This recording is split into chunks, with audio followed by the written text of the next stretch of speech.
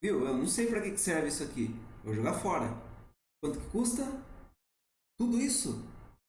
Ah, mas eu não sei para que serve. Vou jogar fora. Fazer o quê? O vídeo de hoje é Por que estudar filosofia?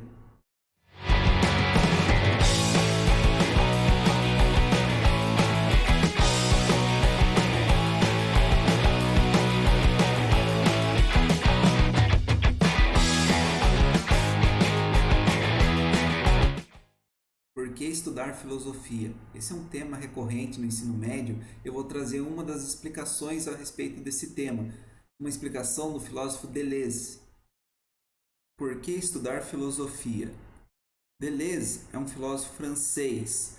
Ele tem um texto muito interessante de ser trabalhado que levanta a questão da serventia da filosofia. O que Deleuze diz sobre a serventia da filosofia? Nesse primeiro trecho, nós encontramos a seguinte reflexão: quando alguém pergunta para que serve a filosofia, a resposta deve ser agressiva, visto que a pergunta pretende-se irônica e mordaz. A filosofia não serve nem ao Estado nem à Igreja, que tem outras preocupações. Não serve a nenhum poder estabelecido. Então aqui a gente vê que o Deleuze ele estabelece essa questão da ironia que muitas vezes se faz em relação à serventia da filosofia. Muitos dizem assim, para que serve a filosofia? Ao que ela serve, né? Então, como se ela tivesse um senhor. Ela não tem uma serventia para um fim ou uma utilidade que diz respeito a uma instituição, a um governo, a uma pessoa. A filosofia é uma matéria muito livre, livre de ter deveres para com outros. Então, o único dever que a gente poderia dizer que é próprio da filosofia em si é a sua reflexão. A gente pode falar também que no mundo capitalista que a gente vive, a ideia de utilidade está muito ligada a questões, por exemplo, financeiras, né? Qual é o lucro, qual é o rendimento visível que a filosofia produz, por exemplo, na nossa sociedade.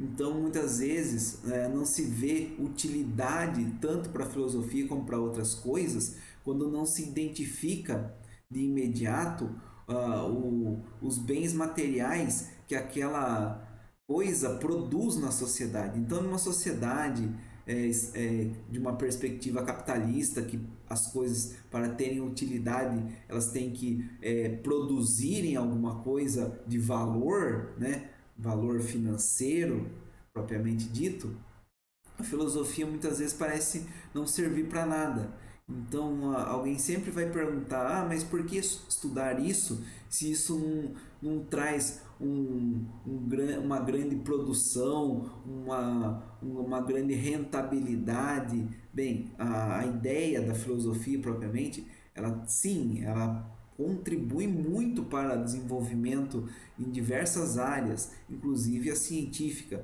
mas também a gente sabe que o grande valor que ela produz pode ser em nível tanto social como pessoal para as pessoas. E num sentido, nível social que eu digo, é aquele nível em que você não vê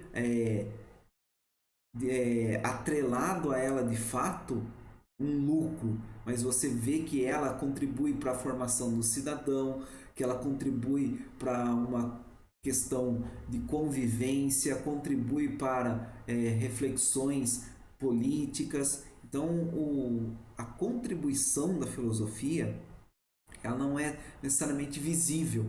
Quando você percebe que a filosofia ela trata da questão da arte de refletir, fica um pouco claro a importância dela, mesmo que não seja de maneira direta, no crescimento e desenvolvimento das relações pessoais na sociedade, tanto na área de trabalho, como também nas questões políticas, como também nas relações pessoais de cada indivíduo, de indivíduo para com o indivíduo. Então, o valor dela é de um caráter muito humano e não necessariamente material. Ela se materializa até certo ponto nas expressões e ações que o ser humano vai produzir dentro da sua sociedade. Mas a filosofia, ela primeiramente, ela é algo que desenvolve no indivíduo para daí se expressar materialmente em um nível que pode, por exemplo, gerar lucro.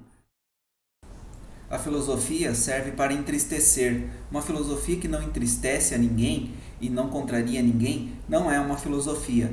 Ela serve para prejudicar a tolice, faz da tolice algo de vergonhoso. Não tem outra serventia a não ser a seguinte: denunciar a baixeza do pensamento sob todas as suas formas. Existe alguma disciplina fora da filosofia que se propõe a criticar todas as mistificações, quaisquer que sejam a sua fonte e o seu objetivo? Bem, essa ideia de que a filosofia serve para entristecer é bem interessante, porque de fato o conhecimento muitas vezes não é cômodo. Às vezes o nosso conhecimento vai na contramão, muitas vezes, do que a gente quer acreditar ou de uma ideia confortável a qual a gente carrega. Então, a gente fala muito de crise, momentos de crise das nossas crenças cotidianas. A partir do momento que você tem uma crise das suas crenças cotidianas, que elas não dão conta da realidade, você é obrigado a desenvolver uma nova crença. A filosofia pode ajudar nesse processo.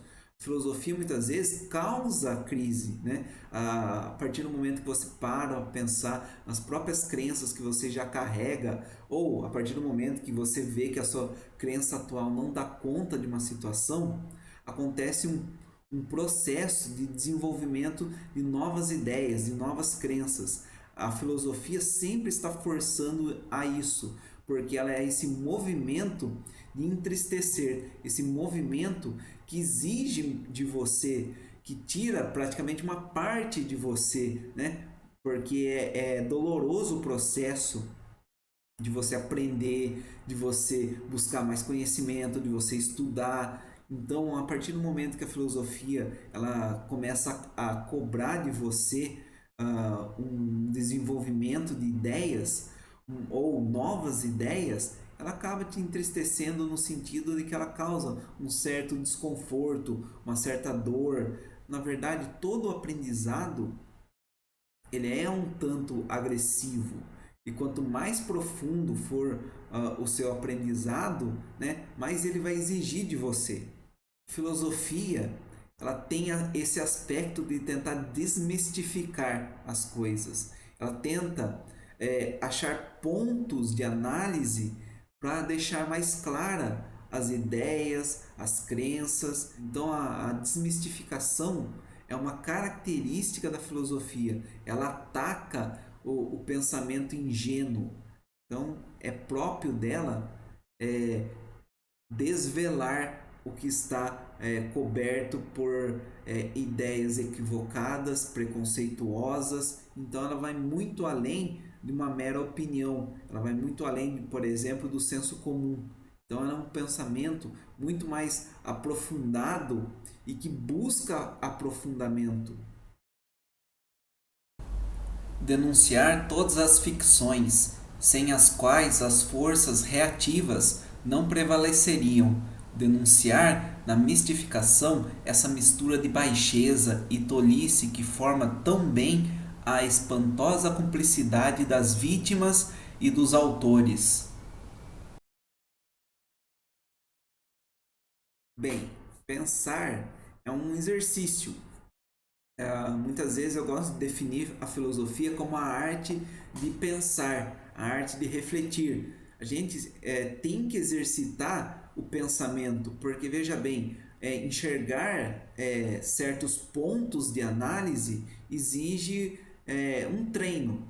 muitas vezes a resposta pode estar próxima de você, mas você não consegue enxergar por certos ângulos a resposta. Então, pensar exige um treino para que você consiga tornar seu pensamento cada vez mais maleável, para que ele veja cada vez mais de diferentes pontos. Então, nesse trecho do Deleuze, ele está tentando apontar como, às vezes, a pessoa mesmo é uma vítima e acaba carregando ou defendendo uma ideia que é prejudicial a ela. Vítima nesse sentido. Às vezes a pessoa tem uma crença, uma ideia que é muito ruim para ela. Ela é reativa, ela não consegue, por exemplo, viver, por exemplo, sem preconceito, não consegue viver sem se deixar incomodar ou se influenciar pelo outro, e consequentemente isso pode ser muito ruim para ela, né? Então muitas vezes o preconceito ou ideias reativas, é, ideias destrutivas que a gente carrega não vieram da gente, foram impostas e a gente aceitou. A gente nunca parou para refletir da onde que veio essas nossas crenças, da onde que veio essas ideias. E através da filosofia a gente vai começando a entender, ou no caso, analisar melhor o nosso próprio pensamento, as nossas próprias ideias. Fazer, enfim, do pensamento algo agressivo, ativo, afirmativo. Fazer homens livres, isto é, homens que não confundam os fins da cultura com o projeto do Estado, da moral ou da religião. Vencer o negativo e seus falsos prestígios. Então, o trabalho da filosofia é fazer com que a gente seja afirmativo, no sentido de apreciar a vida, não ser destrutivo. E, lembrando novamente, a filosofia não serve para nada, ela não tem um fim último. Então, ela não tem alguém, uma instituição ou um Estado, um governo que mande nela. Então, a filosofia é uma matéria que é livre e pode tornar os indivíduos livres também de preceitos estabelecidos por Estado, por instituições, por pessoas. Então, a partir desse movimento que é a filosofia, a gente pode começar a ser afirmativo e não abraçar falsos ídolos que tiram vantagem e que ganham com o erro do nosso pensamento. Então, o Deleuze está falando muito dessa questão de uma liberdade no sentido de você ter mais essa autonomia de pensamento por meio da filosofia, porque a nossa volta existe diversas ideias de como a gente tem que viver a nossa vida, de como tem que ser as coisas. Então a filosofia nos ajuda a parar e pensar um pouco da imposição dessas ideias que a gente sofre a todo momento. E a partir dessa parada e reflexão a respeito das coisas, a gente pode construir nossas próprias ideias e cada vez mais tendo uma liberdade de pensamento e de construção do nosso ser. Quem tem interesse em tudo isso, a não ser a filosofia? A filosofia, como crítica, nos mostra o mais positivo de si mesma, obra de desmistificação.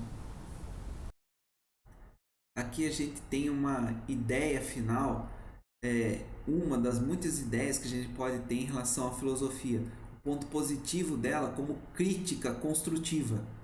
Ela não é uma crítica negativa, destrutiva. Ele tá, no texto, Deleuze usa a palavra afirmativa. Afirmativa na ideia de construção. Afirmativa na ideia de você progredir no pensamento, na sua identidade, nas suas ideias e, consequentemente, tendo um impacto aí, no mundo de maneira afirmativa e não destrutiva. Então, a crítica que a filosofia faz não é uma crítica negativa, é uma crítica afirmativa.